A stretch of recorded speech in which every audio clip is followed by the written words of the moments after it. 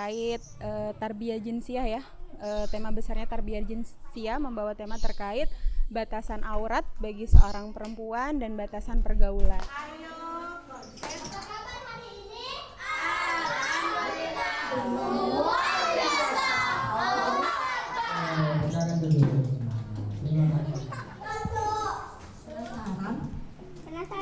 Ada yang penasaran?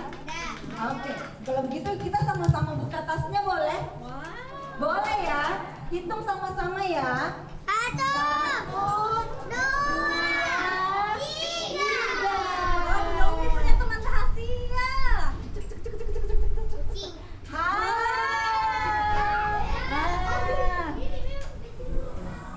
Sekarang Bunda Umi sama Jabri mau cari tahu dulu bagaimana sih perasaannya kalian. Ada di sini yang marah. Angkat tangan yang pernah marah. Oke, Usri. Bagaimana itu muka marah?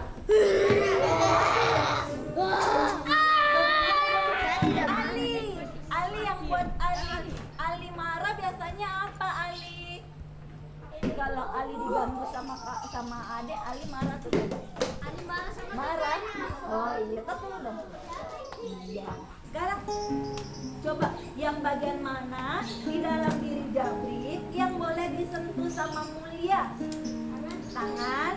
Oke. Apalagi? Oke. sama kepala. Oke. Ya, sentuhan kepalanya seperti apa? Iya, pintar. Oke. Terus yang tidak boleh disentuh bagian mana? Oke. Dari sharing tentang bagaimana sih sebenarnya sikap dan pola pikir anak-anak yang memasuki usia balik atau persiapan usia balik dari perspektif psikologi.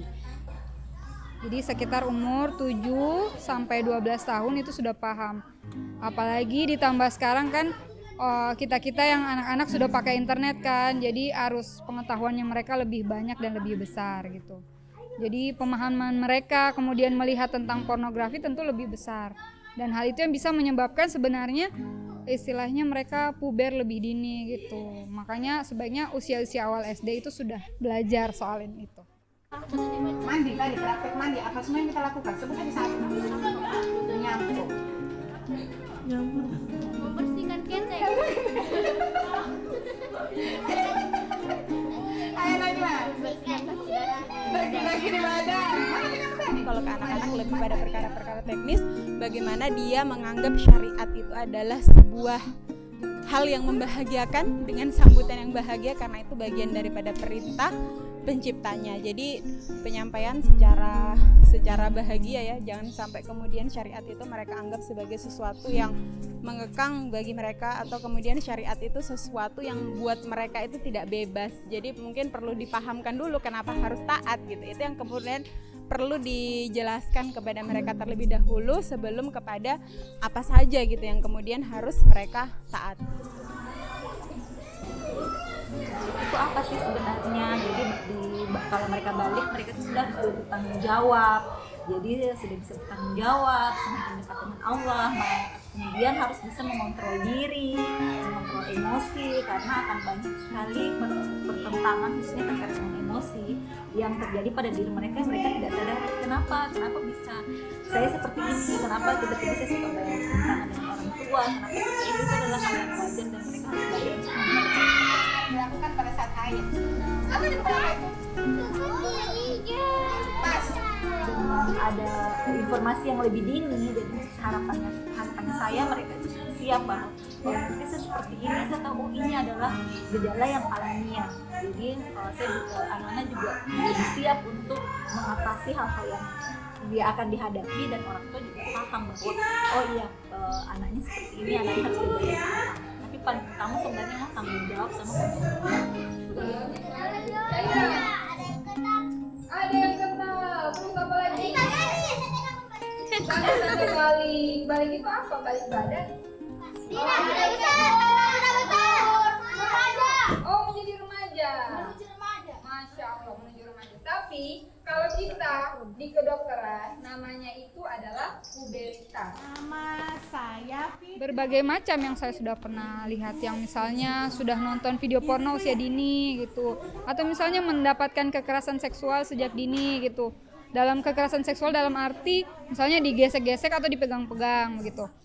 Maka adanya media seperti ini tuh sebenarnya penting sekali menurut saya. Kenapa? Karena dari situ mereka bisa lebih terbuka gitu. Dan itulah media kita juga yang bisa untuk mengedukasi mereka. Contohnya misalnya kalau ada orang lain tidak boleh pegang-pegang daerah mana saja begitu. Yang boleh tahu siapa saja, misalnya orang tuanya seperti itu.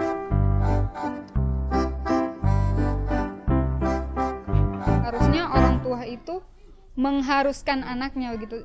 Jadi dalam artian tidak mencukupkan dengan ilmu dari orang tua yang miliki, tapi ya memang bertanya kepada yang ahli gitu kan. Takutnya kan kayak tadi contohnya ada anak-anak perempuan atau yang laki-laki bertanya, kata orang ndak boleh misalnya berenang lagi haid, itu kata orang. Maka seharusnya lebih mendengar kepada yang lebih ahli gitu.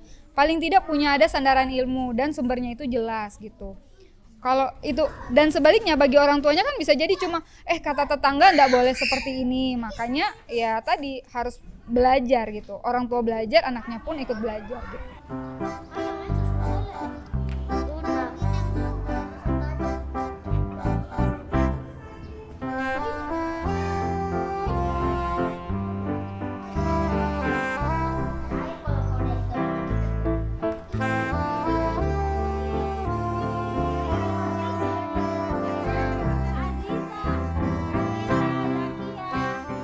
Kelas tarbiyah jinsiyah, pendidikan seks dalam Islam, perubahan pada tubuhku dan belajar berpakaian dalam Islam. Perasaan saya hari ini di kelas tarbiyah jinsiyah senang sekali bisa ketemu teman-teman baru dan bisa dapat ilmu baru. Dan konsep aurat belum, kalau haid dan balik udah. Tentang konsep aurat, haid dan balik, tentang pengertian pubertas. Belajar yang perempuan gak boleh disentuh sama laki-laki, dengan gak boleh dikasih lihat tubuh perempuan. Tentang hal-hal tentang Islam kayak seperti aurat dan lain-lain. Kita juga bisa bermain games, materi tentang haid, tentang halangan. Kelasnya ini seru dan menarik, menyenangkan, seru, dan saya dapat banyak pelajaran yang belum saya tahu. Dipeluk baik temannya. Kalau ada kesalahan kemarin atau tadi, minta maaf. Semoga semuanya saling memaafkan.